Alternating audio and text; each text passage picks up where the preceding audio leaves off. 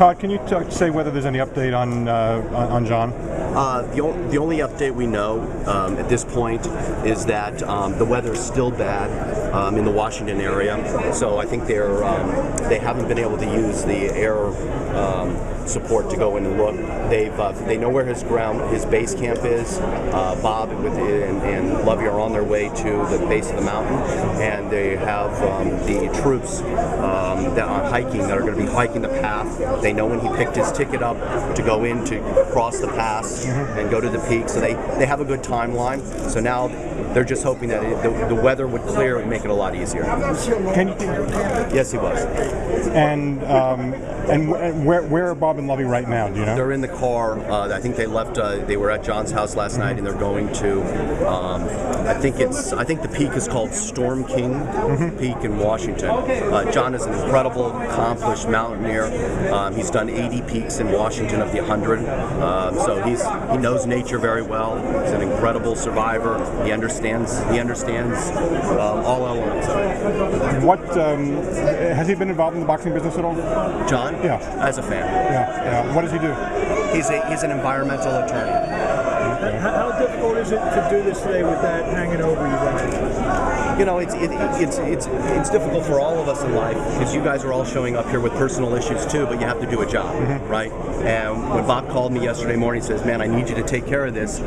That's the directive, right? This is my job. When I flew out here, could I get it out of my head? No, I couldn't. You know, when I landed, did I want to know a report? Absolutely, right? But I'm here to do a job. I'm here to give you guys information, present for the fighters, do a great event, and give a press conference. So just like all of us, we all have personal issues. We got to compartmentalize and try to just keep it to ourselves. Yeah. How close are you to John? You know, John's a terrific guy. He's 49. He's the oldest of the brother, and John and I have a good relationship because we both enjoy the outdoors a lot. Right. He's a skier, and I'm a hiker, and we do stuff. And he knows I'm a mountain guy. I have a house in Aspen, so we have a good bond. On Monday morning, Susan, John's wife, called Bob after he was due back on he was due back Sunday night, and Monday morning he hadn't got back, so she called the National Park Service, and they called Monday. She called the National Park Service. They were looking for him, but the weather was bad. So Tuesday, which was yesterday, she called yesterday morning to tell Bob that he was missing. He was due back on Sunday night. When you say weather is bad, you just mean rain, or was it also cold over there? You know, listen, I don't think that the wet. You know, I don't know if it's really cold or not, and I'm not a meteorologist, but all I've been telling is that air support's been tough because I think it's been rained in. How many Arum children are there? There are 3. It's John is the oldest, Richard is the middle, and Liz is the youngest. Todd, I came late. Is there any update on John? No, there's no update. They're all proceeding with the hikers, rescue hikers, to the base of the mountain to start by foot retracking where his pass would have been. Do you know the name of the mountain? I think it's the Storm King Peak in Washington. Storm King Peak. Washington. What range? I don't know what range. Okay. Where is Bob and you? They're on their way to the base of the mountain. Yeah. And he lives in Seattle? He lives in Seattle. How big a mountain is it, Todd? I went online this morning because when I got there, and it had like I think it said it was like 4,700 feet from sea level, from base to top. I don't know.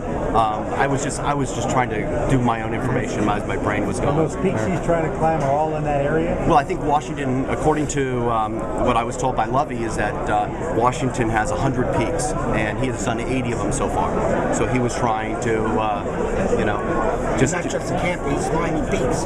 What? He's not just a camper. No. He's an accomplished mountaineer. I mean, he's been to Chile for a month by himself, hiking and kayaking, and he's an incredible telemarket skier. So he's a survivor.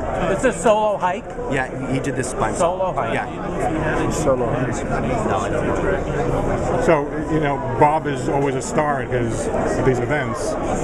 Obviously, he must have mixed feelings about not being able to be here, but obviously the biggest thing is to, follow what's going on with John. Bob understands. I think one of the things that makes Bob at this point, we always talk about it, this is what he loves.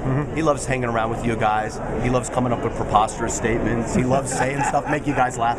And he loves more than anything to set up on that dais and go off and stand on his milk box. That's where he loves it. He's P.T. Barnum. So as much as he, and I said to him yesterday, I said, Bob, I'll fly right now to L.A.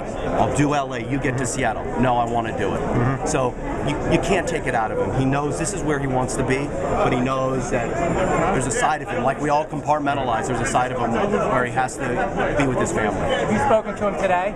I haven't spoken to him today. I think right now there's no cell services. They're going in through the mountains to the base. God bless. Thanks.